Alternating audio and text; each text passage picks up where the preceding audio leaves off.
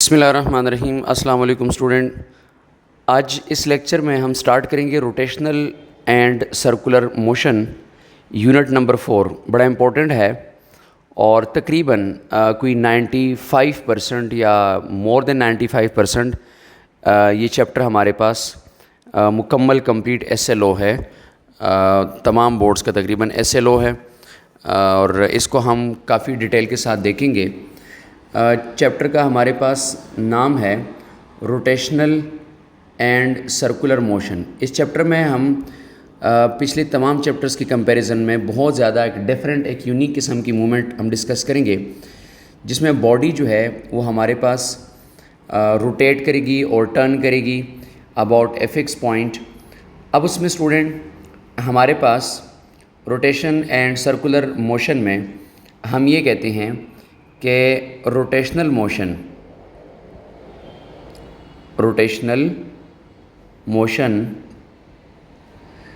Is the turning motion या spinning motion of a body, is the turning और spinning motion of a body. Body spin करे या body turn करे तो उसको हम कहते हैं रोटेशन ऑफ एन ऑब्जेक्ट। तो इसमें दो बातें आती हैं, टर्निंग मोशन या स्पिनिंग मोशन। और ये जो टर्निंग या स्पिनिंग है ये आपके पास होती हैं अबाउट ए फिक्स एक्सिस, ठीक है, about an axis that passes through it, through the body that passes through. अब किसी फिक्स एक्सिस के सराउंडिंग में अगर कोई बॉडी स्पिन कर रही है, रोटेट कर रही है, तो इसको हम कहते हैं spinning motion of a body. Student, ये जो आपके पास एक्सिस ऑफ रोटेशन है, इसके भी हमने बात की, एक्सिस ऑफ रोटेशन, जहाँ बॉडी इसके अबाउट रोटेट करेगी, ये जो एक्सिस ऑफ रोटेशन है it may be a pivot point, कोई पाइवट पॉइंट हो सकता है जहाँ बॉडी इसके सराउंडिंग में रोटेट करेगी। इट मे बी अ हाइंग, जिस तरह डोर्स के होते हैं, इट मे बी अ हाइंग और एनी अदर सपोर्ट, या ये कोई और सपोर्ट हो सकता है जिसने एक्सिस बनाया हुआ है और बॉडी रोटेट करेगी, एनी अदर सपोर्ट। तो ये या कोई और सपोर्ट ऐसा हो सकता है जिसके अक्रॉस बॉडी जो है वो रोटेट कर रही है। तो ये हमारे पास पाइवट पॉइंट होते हैं। अब इसमें स्टूडेंट अगर हम बात करते हैं रिजिड बॉडी की, तो रिजिड बॉडी जो है उस बॉडी को हम कहेंगे कि अगर फॉर एग्ज़ाम्पल हमारे पास एक बॉडी है और वो रिजिड बॉडी है, तो रिजिड बॉडी उस बॉडी को कहते हैं जिसकी दो प्रॉपर्टीज़ हमारे पास कंफर्म होती हैं। पहली प्रॉपर्टी वो होती है कि ये बॉडी जो है वो नॉन डिफॉर्मेबल है, नॉन डिफॉर्मेबल, ये बॉडी डिफॉर्म नहीं होगी। ये रिजिड बॉडी की एक प्रॉपर्टी है कि ये नॉन डिफॉर्मेबल बॉडी होगी, एक बात। और दूसरी बात ये है कि इसके पार्टिकल इसके जितने भी होंगे, जाहिर सी बात है कि तमाम बॉडी पार्टिकल से मिलके बनी है। Particles stay at fix position when body is rotating. अगर कोई बॉडी रोटेट करेगी तो उसके पार्टिकल फिक्स पोजीशन पे रहेंगे। ये हमारे पास एक रिजिड बॉडी होती है। अगर रिजिड बॉडी को हम रोटेट करें अबाउट एन एक्सिस, तो आपके पास तमाम पार्टिकल सेम एंगुलर रोटेशन के साथ रोटेट करेंगे। मैं एक डायग्राम से इसको एक्सप्लेन करूँगा। फॉर एग्ज़ाम्पल ये हमारे पास एक सर्कल है, इस सर्कल में यहाँ पर कोई एक बॉडी है और वो बॉडी जो है वो रिजिड बॉडी है, उसके पार्टिकल्स आपके पास फिक्स हैं और नॉन डिफॉर्मेबल है। ये बॉडी अब एंटी क्लॉकवाइज डायरेक्शन में रोटेट कर रही है, इस डायरेक्शन में बॉडी ऐसे रोटेट कर रही है। तो जब ये रिजिड बॉडी रोटेट करेगी तो इसके सारे पार्टिकल्स जो है यूनिफॉर्म रोटेशन के साथ इस सर्कल के ऊपर रोटेट करेंगे और हम इसको कोई सेंटर लाइन, फॉर एग्ज़ाम्पल ये जो आपके पास सेंट्रल पॉइंट बन रहा, इसको हम एक्सिस ऑफ रोटेशन मान लेते हैं कि हमारे पास इस बॉडी के लिए एक्सिस ऑफ रोटेशन है और ये बॉडी इस एक्सिस के अलॉन्ग जाके रोटेट कर रही है। तो इस तरीके से हमारे पास किसी हाइंग, किसी पाइवट पॉइंट या किसी सपोर्ट के क्रॉस बॉडी मूव कर रही होती है। स्टूडेंट, हमारे पास पहला टॉपिक 4.1 इसका है और वो हमारे पास है जी रोटेशनल काइनेमेटिक्स।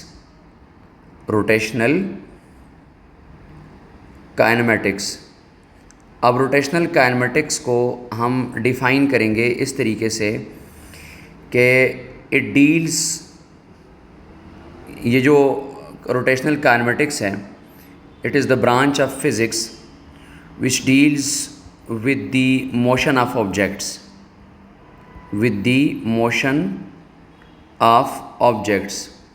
इसमें हम ऑब्जेक्ट्स की मोशन को डिस्कस करेंगे along सर्कुलर पाथ। जिस डायग्राम में आपको नज़र आ रहा कि सर्कुलर पाथ में अगर कोई बॉडी रोटेट करेगी तो हम उसको डिस्कस करेंगे विदाउट एनी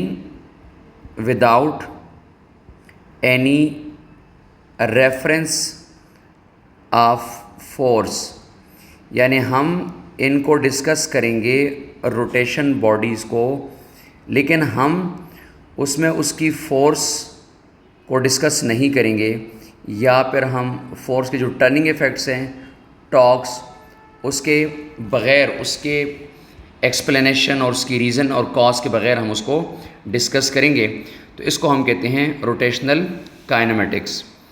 रोटेशनल काइनेमेटिक्स की सब हेडिंग की तरफ चलते हैं। 4.1.1 इसको हम कहते हैं एंगुलर डिस्प्लेसमेंट। स्टूडेंट, हमारे पास जो स्ट्रेट पाथ में मोशन हुआ करते थे या पिछले चैप्टर में हमने किया है, उसमें हम पोजीशन ऑफ ए बॉडी की बात करते थे, सिंपल पोजीशन। यहाँ पर हम बात कर रहे हैं एंगुलर पोजीशन, एंगल थीटा। अब इसको हम डिफ़ाइन करेंगे इन टर्म्स ऐसे कि the angle through which position vector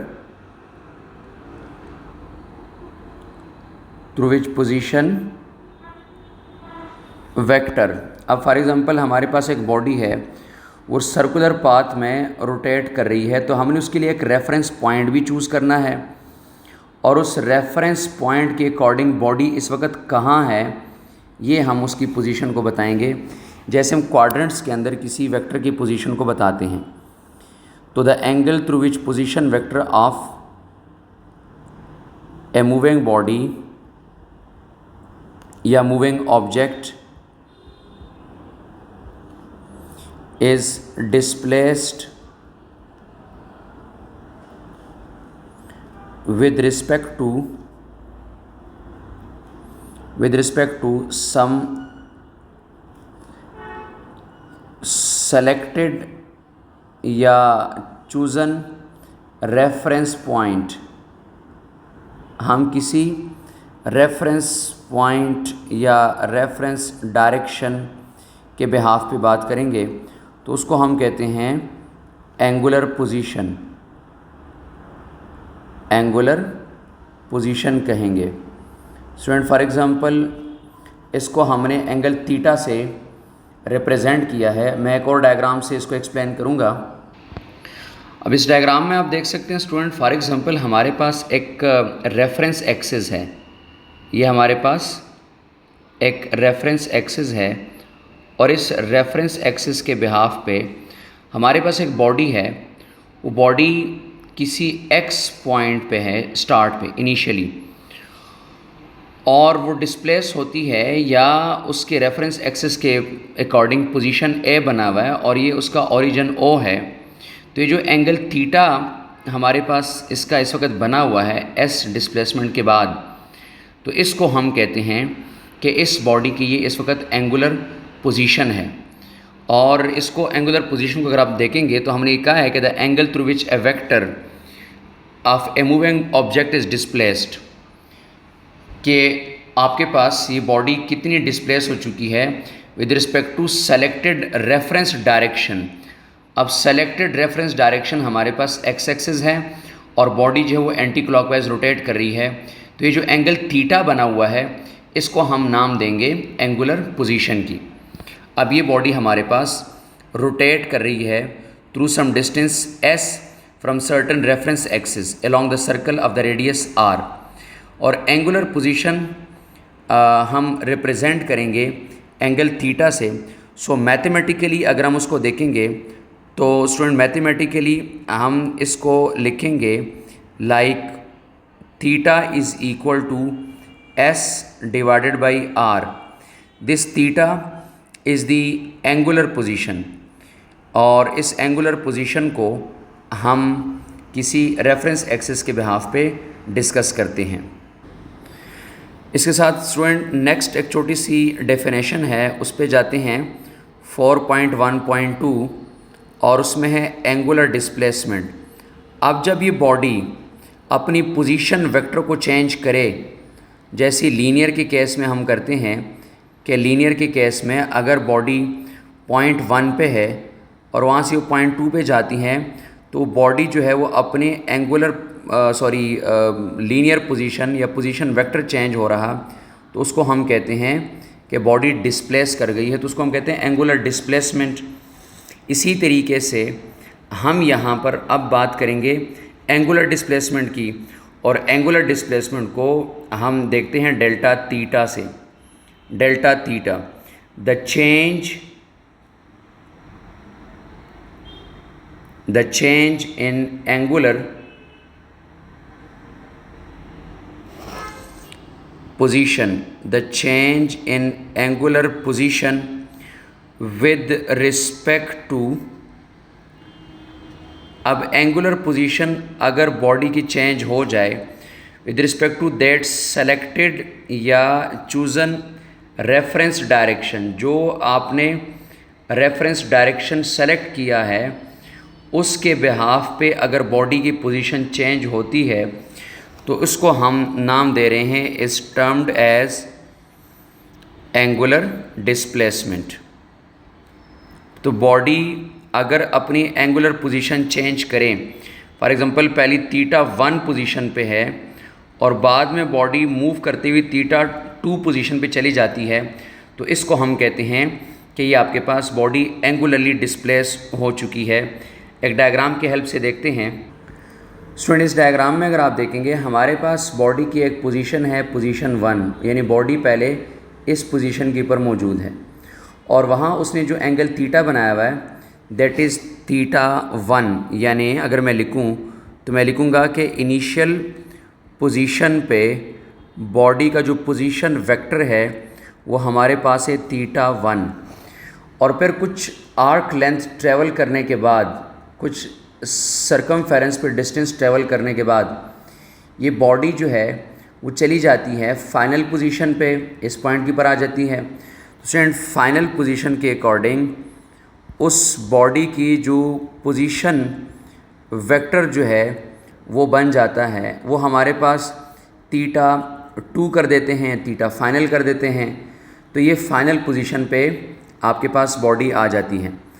अब स्टूडेंट बॉडी आप ये भी कह सकते हैं कि body was at point A after some time and travelling some distance along the circumference of the circle, the body reach to the point 2 that is called position B. So the distance between, the linear distance between A and B is s, that is arc length, and the body get the new position that is called angle theta 2. So the angular displacement can be clearly represented by delta theta as theta 2 minus theta 1. This is called the angular displacement. Body has get displaced from position 1 that is theta 1 to the final position 2 that is theta 2.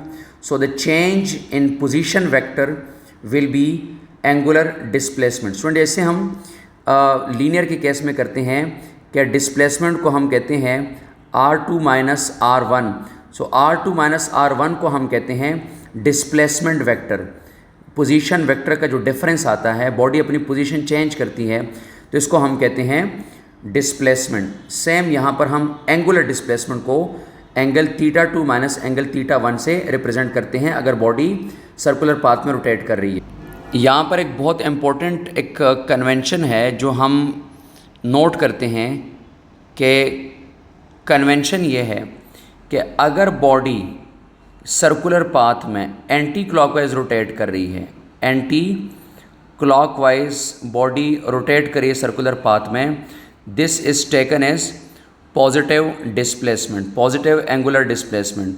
ये जो displacement है ये हमारे पास positive है। और conventionally अगर body clockwise rotate कर रही है, क्लॉकवाइज बॉडी रोटेट कर रही है, तो कन्वेंशनली इस एंगुलर डिस्प्लेसमेंट को हम काउंट करेंगे नेगेटिव एंगुलर डिस्प्लेसमेंट। तो ये कन्वेंशन भी हमने याद रखना है। अब डिस्प्लेसमेंट है, डिस्प्लेसमेंट फिज़िकल क्वांटिटी है, तो स्टूडेंट फिज़िकल क्वांटिटी के हमारे पास यूनिट भी आते हैं। तो हमारे पास इसके जो यूनिट्स हैं वो 3 यूनिट आएंगे, लेकिन सबसे पहले मैं लिखूँगा SI unit of angular displacement delta theta. Angular displacement को जो SI यूनिट आएंगे उसको हम रेडियन से डिनोट करेंगे, रेडियन लिखेंगे उसके लिए। ये एंगुलर डिस्प्लेसमेंट के हमारे पास SI यूनिट है। नॉन SI यूनिट जो हमारे पास इसके आते हैं, जो SI यूनिट काउंट नहीं होते लेकिन हम नोट करते हैं, लिखते हैं नॉन SI यूनिट्स, उसमें हमारे पास एक आता है डिग्री, यानी body get displace 30 degree, 45 degree, 60 degree. और दूसरा जो नॉन SI यूनिट हम नोट करते हैं उसको हम कहते हैं रेवोल्यूशन, यानी body complete 5 revolution, body complete 3 revolution. तो ये हमारे पास जो है वो नॉन SI यूनिट आते हैं। स्टूडेंट यहाँ पर एक SLO बेस शॉर्ट क्वेश्चन आता है, वो इस तरह होता है कि प्रूव दैट, एक क्वेश्चन बोर्ड के पेपर में आपको मिल जाएगा, पास्ट बोर्ड्स के पेपर में आपके पास एक क्वेश्चन आता है, वो ये होता है कि prove that 1 radian is equal to 57.3 degree. ये प्रूव कर लें कि 1 radian is equal to 57.3 degree. अब ये एक छोटा सा शॉर्ट क्वेश्चन है, ये हमारे पास अब कैसे प्रूफ होगा। स्टूडेंट हम लिखेंगे कि इन वन कंप्लीट रोटेशन,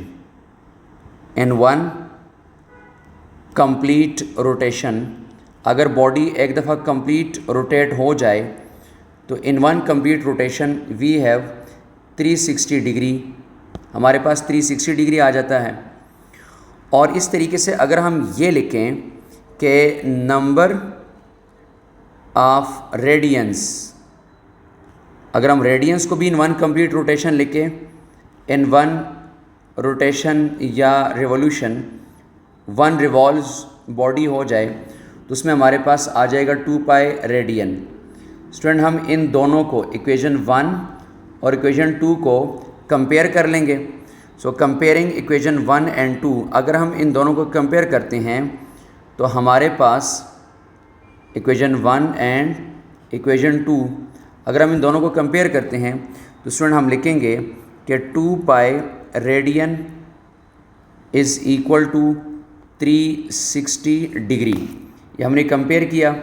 अब इस कंपैरिजन के अकॉर्डिंग हम ये लिख देते हैं कि डिवाइडिंग बोथ साइड बाय 2 पाई, जब दोनों साइड को 2 पाई से डिवाइड किया तो हमारे पास आ जाएगा 360 डिवाइडेड बाय 2 पाई, ये इस साइड पर आ जाएगा।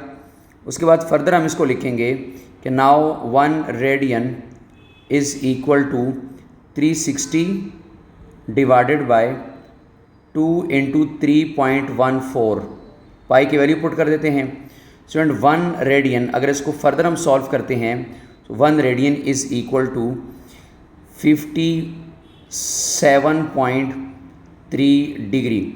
अगर बॉडी 57.3 डिग्री सर्कुलर पाथ पे ट्रैवल कर लें और इतना एंगल बन जाए तो इसको हम कहते हैं कि ये 1 रेडियन इसने एंगुलर डिस्प्लेसमेंट ट्रेवल की है।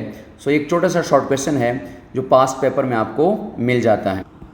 अब स्टूडेंट चूँकि एंगुलर डिस्प्लेसमेंट एक वेक्टर क्वांटिटी है तो उसकी डायरेक्शन की बारी आएगी।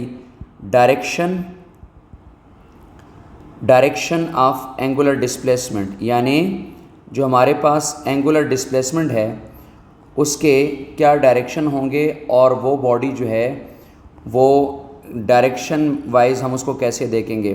सो direction of angular displacement, so एक डायग्राम के थ्रू इसको देखेंगे।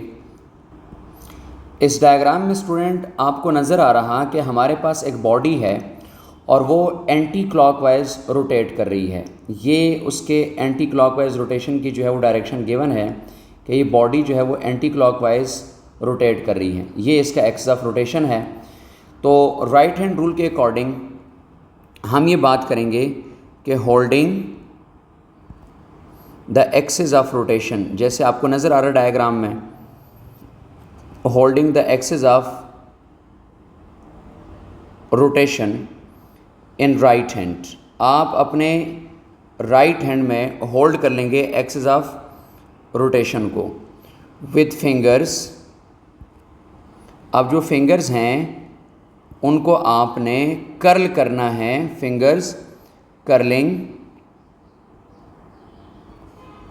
In the direction of rotation, in the direction of rotation. अब जाहिर सी बात है बॉडी एंटी क्लॉकवाइज रोटेट कर रही है तो हम कर्लिंग फिंगर को रोटेट करेंगे एंटी क्लॉकवाइज डायरेक्शन में।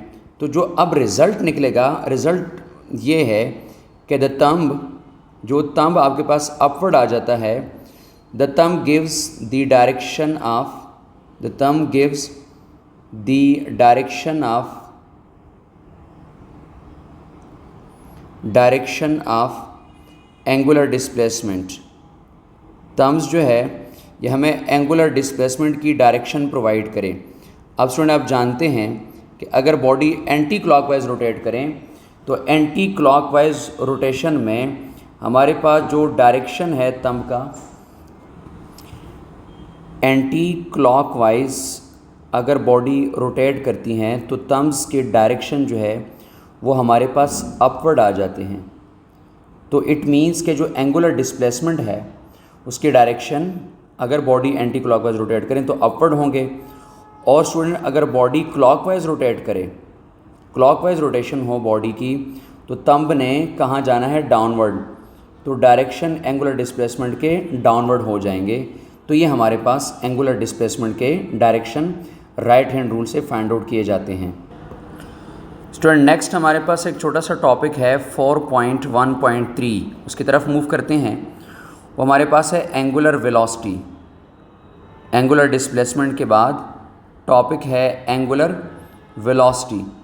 स्टूडेंट एंगुलर वेलोसिटी को रिप्रेजेंट करेंगे ओमेगा से, ये उसकी सिंबॉलिक रिप्रेजेंटेशन है ओमेगा, और इसको हम कहते हैं angular velocity. Student linear velocity में हमें पता है कि जिसमें हम कहते थे rate of change of displacement is called velocity, लेकिन चूंकि यहाँ पर एंगुलर वेलोसिटी है तो हम इसको कहते हैं the time rate of change of, the time rate of change of angular displacement, the time rate of change of angular displacement of a body is called angular velocity। ये वही definition है, इसमें सिर्फ एंगुलर का word एक extra आ जाता है। ये वही डिस्प्लेसमेंट डिवाइड बाई टाइम जो लीनियर वेलोसिटी के लिए है, ये वही डेफिनेशन है, लेकिन यहाँ पर हमारे पास ये एंगुलर वेलोसिटी के लिए आ जाता है। स्टूडेंट मैथमेटिकली इसको लिखेंगे डेफिनेशन के बाद। मैथमेटिकली अगर हम इसको लिखते हैं तो हम ओमेगा को इससे डिनोटेड किया ओमेगा से, और delta theta angular displacement divided by delta T rate of change of angular displacement. इसके अगर आप यूनिट्स देखते हैं तो स्टूडेंट इसके यूनिट्स जो है वो हमारे पास उसी तरीके से 3 आएंगे। एक SI यूनिट्स आ जाते हैं। SI यूनिट्स में हम इसको लिखेंगे रेडियन पर सेकंड। जैसे हमने ये कहा कि एंगुलर डिस्प्लेसमेंट के जो यूनिट होते हैं वो हमारे पास रेडियन है, तो हम इसको रेडियन पर सेकंड SI यूनिट हम इसको लिखेंगे। और नॉन SI यूनिट्स में हमारे पास मुख्तलिफ आ जाते हैं। एक को हम यानी नॉन SI यूनिट्स अगर हम इसके लिखेंगे तो उसमें हमारे पास एक आ जाता है डिग्री पर सेकंड, डिग्री पर सेकंड।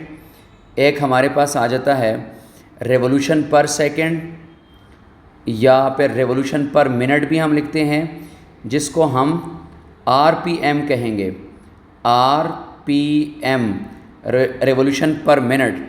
स्टूडेंट गाड़ी के टायर जो रोटेट करते हैं तो डैशबोर्ड के ऊपर आपने अक्सर देखा होगा RPM से गाड़ी के टायर की रोटेशन जो है वो हमारे पास RPM में आती है, रेवोल्यूशंस पर मिनट में। तो ये हमारे पास नॉन SI यूनिट है, डिग्री पर सेकंड, रेवोल्यूशन पर सेकंड और रेवोल्यूशन पर मिनट। लेकिन इसमें जो SI यूनिट है वो हमारे पास है रेडियन पर सेकंड, जो एंगुलर वेलोसिटी का यूनिट है। इसमें एक इम्पॉर्टेंट पॉइंट वो स्टूडेंट ये है कि चूँकि ये भी एक वेक्टर क्वांटिटी है तो इसका भी डायरेक्शन हम देखेंगे। तो डायरेक्शन ऑफ एंगुलर वेलोसिटी यानी omega will be along the direction of angular displacement, will be along the direction of angular displacement, यानी angular displacement के along इसके डायरेक्शन हमारे पास आएंगे। जैसे हमने अभी राइट हैंड रूल से चेक किया तो अगर बॉडी एंटी क्लॉकवाइज रोटेट करती हैं तो थंब इंडिकेट अपवर्ड, तो angular velocity upward, angular displacement upward. और अगर बॉडी क्लॉकवाइज रोटेट करती हैं तो एंगुलर डिस्प्लेसमेंट डाउनवर्ड, सो उसके साथ एंगुलर वेलोसिटी भी डाउनवर्ड। तो ये हमारे पास डाउनवर्ड डायरेक्शन में इस तरह आ जाते हैं, तो इसके direction along the angular displacement आएंगे। स्टूडेंट इसके हम दो टाइप्स डिस्कस करेंगे। एक को हम कहते हैं average angular velocity. Average angular velocity, अगर हम एवरेज एंगुलर वेलोसिटी की बात करते हैं तो स्टूडेंट इसमें हम ये बात करेंगे the total angular displacement divided by the total time. तो हम इसको total angular displacement, total angular displacement bye total time, इससे जो रिज़ल्ट निकलेगा इसको हम कहते हैं एंगुलर वेलोसिटी लेकिन एवरेज। तो इसको मैथमेटिकली हम एक फॉर्मूले से रिप्रेजेंट कर देते हैं, omega average is equal to theta total divided by time total. हमारे पास total angular displacement divided by total time अगर हम काउंट करते हैं तो इसको हम कहते हैं एवरेज एंगुलर वेलोसिटी। इसी तरीके से स्टूडेंट आगे अगर हम देखते हैं तो उसमें हम एक और डिस्कस करते हैं इंस्टेंटेनियस। किसी एक लम्हे की अगर हम बात करते हैं,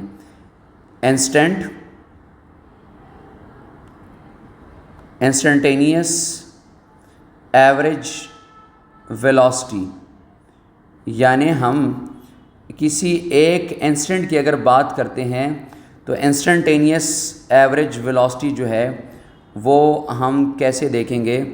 उसमें हमारे पास इंस्टेंटेनियस एंगुलर वेलोसिटी जो है वो हम देखेंगे टाइम लिमिट, यानी हम उसमें टाइम लिमिट लगा देते हैं, यानी स्मॉल इंटरवल ऑफ टाइम के लिए हम उसको देखते हैं। For small interval of time अगर बॉडी की डिस्प्लेसमेंट हम नोट करते हैं, स्मॉल इंटरवल ऑफ टाइम के लिए अगर हम बॉडी के डिस्प्लेसमेंट को नोट करते हैं तो हम इंस्टेंटेनियस डिस्प्लेसमेंट को time approaches to zero denote करते हैं। टाइम इक्वल टू ज़ीरो नहीं, time approaches to zero. Mathematical हम उसको कैसे लिखेंगे, angular velocity instantaneous is equal to limit लगा देते हैं टाइम को कि बहुत स्मॉल इंटरवल यानी change in time is nearly equal to zero, change in time approaches to zero, delta theta divided by delta t, this we called as instantaneous angular velocity. यानी हम small interval of time के लिए अगर angular displacement को note करते हैं तो उसको हम कहते हैं इंस्टेंटेनियस। और अगर हम टोटल एंगुलर डिस्प्लेसमेंट और डिवाइड बाय टोटल टाइम करते हैं तो ये हमारे पास आ जाता है एवरेज एंगुलर वेलोसिटी, और आगे फिर इंस्टेंटेनियस एंगुलर वेलोसिटी। इसी के साथ ही स्टूडेंट नेक्स्ट एक छोटी सी हेडिंग है 4.1.4 और उसको हम कह देते हैं एंगुलर एक्सेलरेशन। तो एंगुलर वेलोसिटी के बाद हमारे पास एंगुलर एक्सेलरेशन, और उसको अल्फ़ा से रिप्रेजेंट करते हैं, अल्फ़ा से डिनोट करते हैं। जैसे एंगुलर डिस्प्लेसमेंट को थीटा से किया, डेल्टा थीटा, एंगुलर वेलोसिटी को ओमेगा से किया, और एंगुलर एक्सेलरेशन को अब हम कर रहे हैं एंगुलर एक्सेलरेशन को अल्फ़ा से। लिखेंगे the time rate of change of, अब एक एंगुलर का वर्ड ऐड कर देंगे, एंगुलर वेलोसिटी। वैसे लीनियर एक्सेलरेशन को हम कहते हैं ना rate of change of velocity, लेकिन यहाँ पर एंगुलर का वर्ड हम ऐड कर देते हैं तो उसको हम कह देते हैं the time rate of change of angular velocity is called angular acceleration. तो ये हमारे पास एंगुलर एक्सेलरेशन की सिंपल डेफिनेशन आ जाती है। और अगर हम उसको मैथमेटिकली फार्मूले से लिखेंगे तो स्टूडेंट मैथमेटिकली हम उसको देखेंगे as alpha is equal to delta omega divided by delta t. अब इसके एसआई यूनिट्स और बाकी यूनिट्स की बारी आती है तो इसके यूनिट्स भी हम देखेंगे। इसके स्टूडेंट एसआई यूनिट्स जो आपके पास बनेंगे, सिस्टम इंटरनेशनल यूनिट्स जो आपके पास बनेंगे, वो हमारे पास अभी हमने देखा रेडियन पर सेकंड वेलोसिटी का आ जाएगा, और divided by once again time है तो रेडियन पर सेकंड स्क्वायर, ये इसके एसआई यूनिट आ जाएंगे।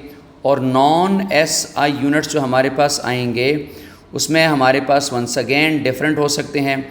पहले हमारे पास फॉर एग्जांपल हम नोट करेंगे तो डिग्री पर सेकंड स्क्वायर को देखेंगे, डिग्री पर सेकंड स्क्वायर, और दूसरा अगर हम देखेंगे तो उसमें हमारे पास रोटेशन या रेवोल्यूशन पर सेकंड स्क्वायर को हम देखेंगे। लेकिन इसमें जो एसआई यूनिट है वो हमारे पास रेडियन पर सेकंड स्क्वायर, इसका एसआई यूनिट आ जाता है एंगुलर एक्सेलरेशन का। स्टूडेंट इसका डायरेक्शन बड़ा इंपॉर्टेंट है और बड़ा इंटरेस्टिंग है कि अगर हम डायरेक्शन की बात करते हैं, डायरेक्शन ऑफ एंगुलर एक्सेलरेशन, अब उसमें दो बहुत इंपॉर्टेंट पॉइंट हैं जो हम नोट करेंगे। वो हमारे पास इस तरह है कि अगर हम एंगुलर एक्सेलरेशन की डायरेक्शन को देखेंगे कि दो चीज़ें हैं। सबसे पहली बात ये है, पॉइंट ए मैं लिख रहा हूँ इसको, कि if angular velocity of a body is increasing, अगर बॉडी के एंगुलर वेलोसिटी जो है वो इंक्रीजिंग हो रही है, बॉडी की एंगुलर स्पीड बढ़ रही है, then angular acceleration is positive, then angular acceleration is taken as positive. अगर बॉडी की स्पीड बढ़ रही, फॉर एग्जांपल आपके पास स्टूडेंट एक फ़ैन है, आप उस फ़ैन को ऑन कर लेते हैं। अब फ़ैन जो है, सीलिंग फ़ैन है, वो आपके पास आहिस्ता आहिस्ता स्पीड गेन कर रहा है, तो एंगुलर एक्सेलरेशन को हम क्या कहेंगे, पॉजिटिव कहेंगे, ठीक है।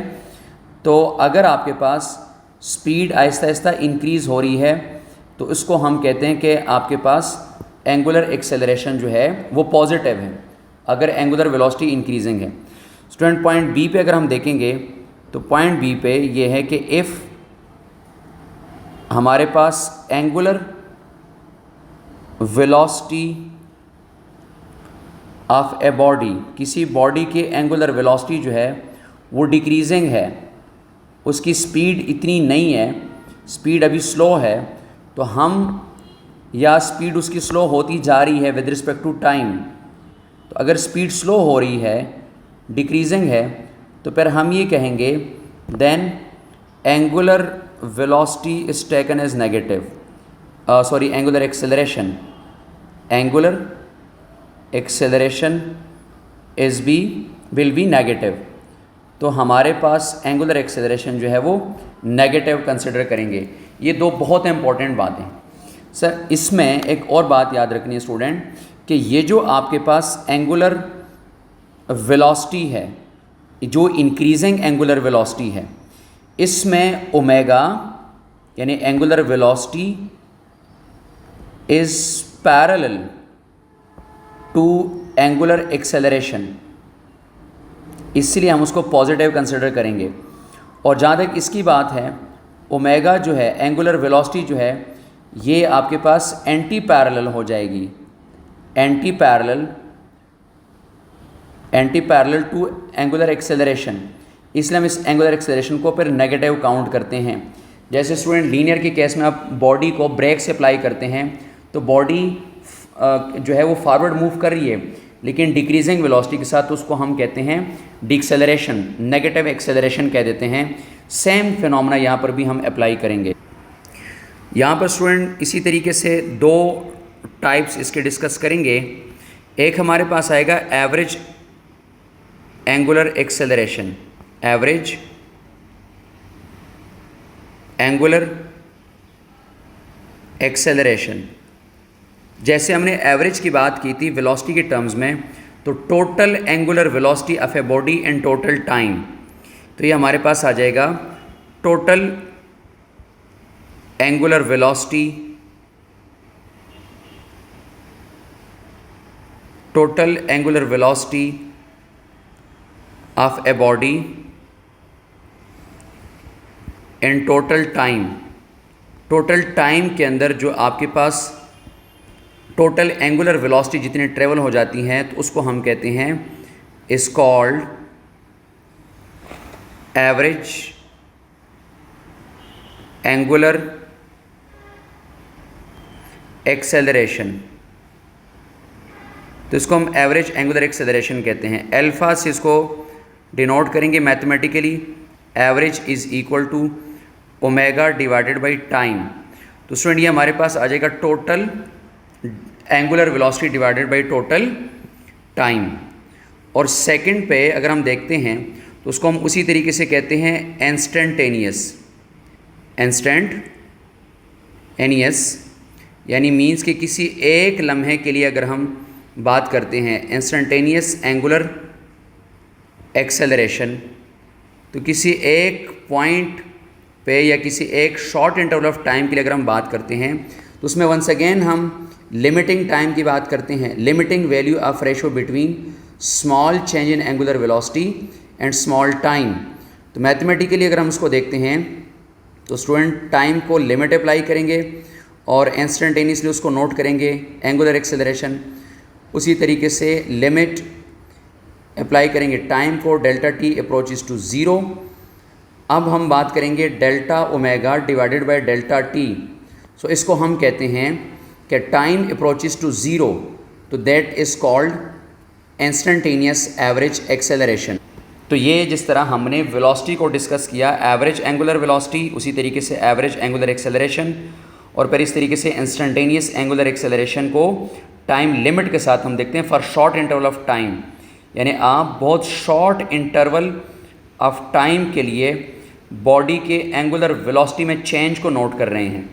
शॉर्ट इंटरवल ऑफ टाइम के लिए आप बॉडी के एंगुलर वेलोसिटी में चेंज को नोट कर रहे हैं, इसलिए हम कहते हैं कि टाइम को लिमिट हम अप्लाई कर देते हैं। सो स्टूडेंट ये आपके पास यहाँ तक कुछ टर्मिनोलॉजीज़ और कुछ डेफिनेशंस विद मैथमेटिकल रिलेशन, और इसमें डायरेक्शन के 2 पॉइंट्स जो है ये बड़े इंपॉर्टेंट थे कि एक्सेलरेशन पॉजिटिव, एक्सेलरेशन नेगेटिव, और इसके बाद इसके 2 टाइप्स हैं। इसको कंटिन्यू करते हैं नेक्स्ट लेक्चर में। अल्लाह हाफिज़।